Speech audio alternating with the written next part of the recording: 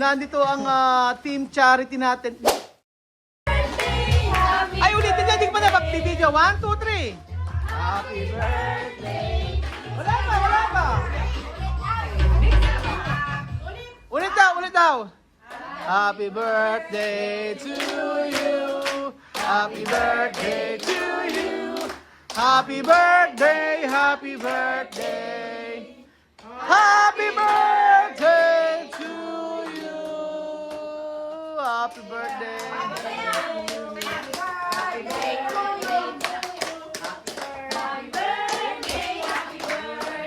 Happy birthday to you. Nandito ang team charity natin. Ay, ba't nandito ka? Dale, ba't nandito ka? Di ba ibang charity ka, di ba? Bakit hindi ka man lang nagsabi kay Ate Mariton? Nagpaalam ako. Nagpaalam ka ba? Nakakabila ka? Oo. Sabi ni Ate, teka lang, sabi ni Ate meron pinapadala si Ate Mariton ha, di ba? Asa na? Ba't di mo dinala? Hindi ko na para sa Sabado. Kaya nga namili na ako, baka ako magahon. Magahon. Ano yun sa atin? Happy na birthday pa. Tan. Happy birthday to you. Kumain na kayo. Asa si... Sige na, kain na. Kain na. High blood. Bakit? Bakit pa nalaman? Kasi pag wala ng laman, makaka-high blood ka, wala ka nang makakain. Nakagat. Last mo na yan. Kain na. So maraming salamat po sa team charity natin for today's video na kung saan ay dinala po tayo dito sa Casa Viñana. So itong promise ko sa kanila na free ang check-in nila dito po. So ang tagal na nito pinaplano ngayon lang po na nangyari. Maraming salamat kay Ate Jing ng Sino mag-pray? Pray kayo. yan, meron itong mga pinadala dito. Ate Jing. So ito ay Creations by Chel. Napakasarap ng mga ito ay ensaymada to, di ba? Burn ensaymada. Ewan ko. And then merong cheese roll na paborito natin. At ang pinakamasarap, Ang pinakamasarap ang carrot cake. Meron pang bake mac. ayan, may bake mac pa. May bake mac pa, ilabas na yan. Labas ang bake mac. Nang makakain tayo. So asan na sila Si Chuchin, Belgium, tawagin mo. Gusto ni Chuchin ng balat. Malutong ba siya? Hoy, mga maintenance. May maintenance ka ba? Mga maintenance. Tikman natin kung malutong ba talaga siya. Ano talaga ang lasa ng lechon na ino-orderan namin?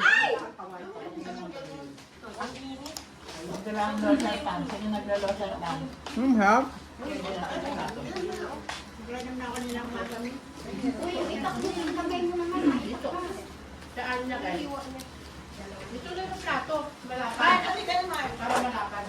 Pasensya na, gutom na. Ayan. Kamay. Maraming salamat sa inyong pagpunta. Thank you so much for inviting us again. Hanggang ngayon, hanggang hindi nyo ako iniwanan. Ilang taon nyo na ako hindi iniwanan. At si Ate Dela nang iwan sa akin. Kahit na anong mangyari, kahit na anong away tayo. Iniwanan mo ako.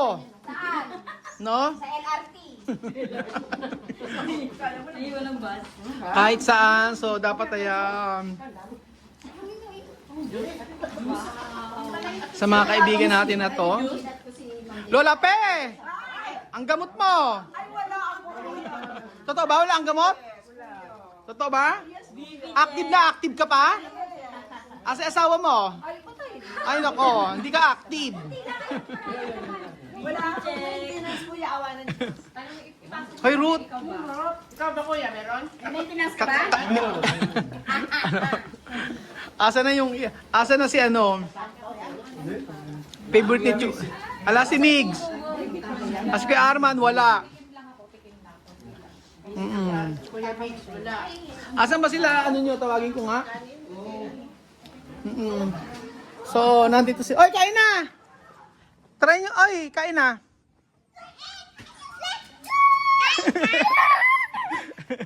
Yung ka na may lechon to, mo. Do you want lechon? Ha? Gusto mo lechon? Ano, oo, opo. Hoy, hindi ka na, kumain kayo, oh. Pagkain din eh. Hindi ka na. So, dito po mga amigo sa atin ay, ewan ko, may karamutan si Billy eh. Sabi ni Billy, bawal pumitas ng mangga. Sino nag-utos dyan? Si Kuya Beljon. Ay, Ate Janet, tara na. Totoo ba? Ay, may nanganak na ang isda. So, maraming salamat sa ating team na kung saan ay nagpunta. Kuya, ate na, oh. Ayun, asit naman dito, Bel, oh. Kain kayo, oh. Kuya, oh. Ayun na, kain na. Ang konti ng sauce mo. Pwede mo pakasikiyan na kang nakakata. So, ayan po mga amigo. Kumain tayo ng masarap na lechon. Tapos, after nyan, isigang nyo. Ito. Oh, Ito ako nakatayo mo ni andoon na, inaaya ko nga eh, sabi ko kumain na yun. May ano rin sila yung sabi. Ano? Yung mga kukod, i-ano. So happy naman po mga amigo. Masaya naman po at nandito ang ating team charity kung saan sila po tumutulong sa atin kapag meron tayong mga charity event. So ito is malaking magandang ito po ay para po sa kanila talaga. At ayan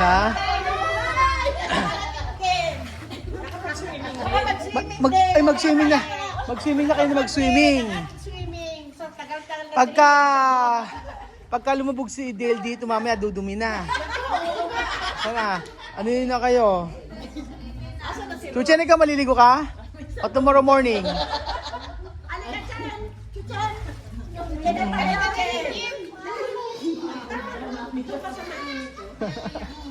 Kuya, may CCTV daw dyan.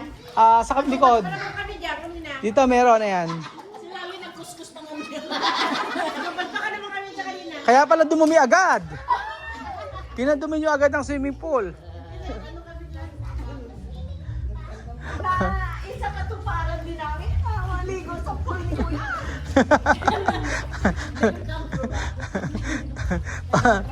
Si Ate Pe, baka naman mamaya magkaroon ka ng pulmonya niyan, ha? Yung may mga may edad. Malamig ba tubig? Hindi. Sakto lang. Di ba mas okay kaysa may chlorine? Yan kasi walang chlorine. Yan kasi walang chlorine. Fresh na fresh. Kaya bukas ng maga, pagka after nyong maligo, pwedeng palitan ulit. Ganon. Makati kasi siya. At saka hindi maganda sa balat. Ano sa balat? So, 1, 2, 3, 4. Ilan ba kayo lahat pumunta? 12. 12. Oo. Ikaw, Regine. Wala pa bang baby? Wala na, stop na. Stop na ba? Oo, stop na. College na yung dalawa eh. So, Kala ko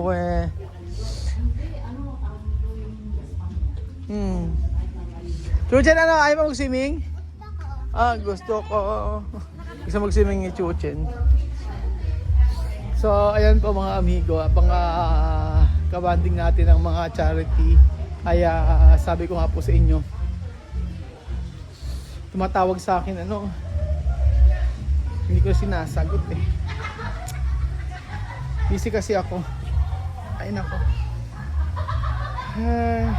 Inaantay ko yung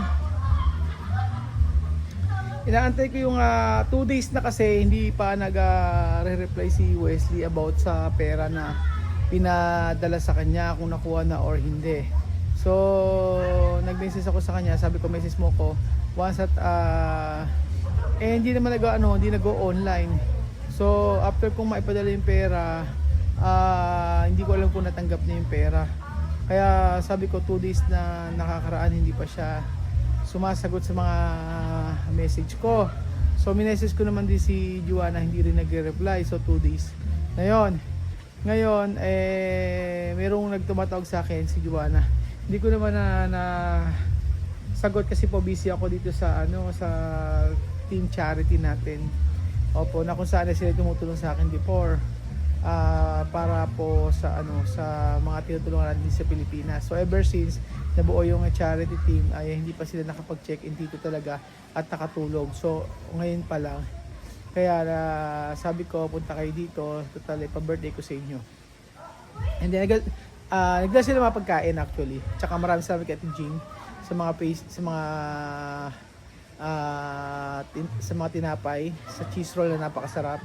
At lalo na sa yung carrot cake na napakasarap. So, yun. So, nagwo-worry ako kasi sa akin naman, kung nakuha ang pera, mag-reply lang sa akin na nakuha. Kung hindi naman nakuha, sabihin sa akin para matanong ko doon sa may pinagpadalan ko. So, baka may after tumatawag kasi si Joanna, hindi ko na nasasagot. Ngayon, nung ako na ang tumatawag naman, di na siya sumasagot. Nagkaano kami. So, si Wesley hanggang ngayon ay wala pa siyang reply about doon, kung ano na nangyayari sa kanila. Sabi ko nga, ay ang gusto ko lang malaman ay natanggap yung pera kasi yun ipadala po ng subscriber po yun. At yung padala po ng subscriber na yun, gusto natin malaman kung nakarating sa kanila na maayos. At gusto ko na makita sa video na yun po ay naibili ni Joanna. Kasi po syempre, bilang isang kahit po ako na yung pera po naghirapan, gusto natin mapunta sa maayos at mabili ng mga pagkain para sa mga bata. Yun lang naman ang gusto natin. So, antayin ko yung tawag ni Joanna at ni Wesley. So, sana makakonect sila sa internet at okay sila doon. Ganun lang naman. Huwag po kayo magagalit sa akin. Hindi po ako uto-uto. At hindi po ako ay masamang tao, mga amigo. Dinala ko sila, kinuha ko sila at pinapunta din sa Pilipinas, umuwi sila ng walang-wala. Dapat po ay yun ang maunawaan natin. May mga ugali sila na hindi natin hindi nating maarok. Gawa ng iba ang kanilang kultura, iba ang kanilang paniniwala, at iba talaga sila. Ngunit tayo bilang isang Pilipino, mas mabuti siguro na ipakita natin yung kabutihan pa rin naman sa kapwa natin. So, hindi naman lifetime yung pagbibigay natin kay Joanna, kaya sabi ko magtrabaho siya. Yun po ay panimula lamang para maging okay po siya kung nasaan man po siya ngayon at sa kanyang mga anak. So bilang bilang kaibigan naman niya, ano man yung mga nangyari at nasaktan man ako, mas mahalaga po ngayon mga amigo ang kondisyon ng mga bata, lalo si Bambino at si Liam, at syempre si Wesley na rin, na kung saan ay napagkaitan ng magandang future. Na ngayon gusto ni Joanna na bumalik din sa Pilipinas si Wesley.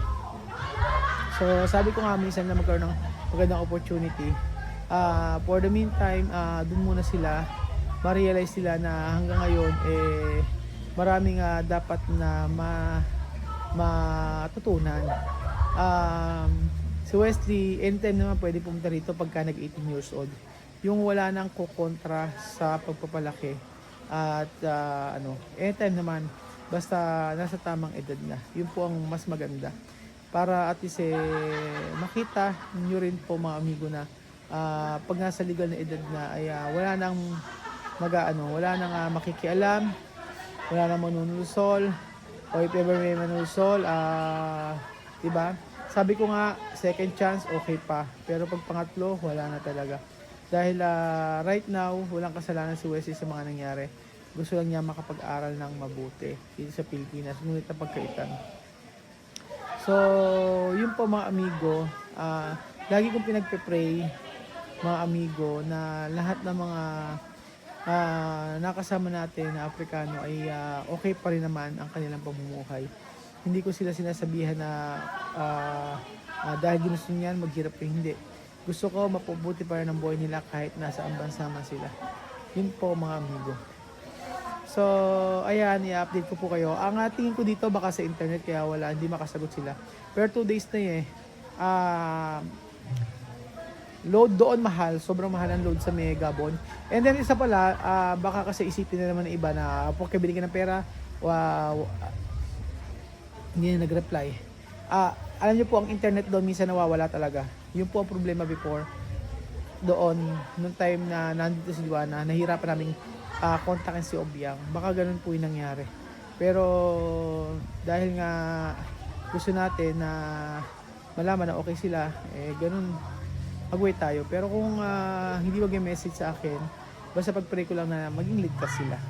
So ayan po mga amigo, thank you so much po sa pagdang episode dito. At maraming salamat sa Team Charity na kung saan nagpunta dito at nakasama natin. Mahal ko po sila dahil hanggang ngayon hindi nila ako iniiwanan.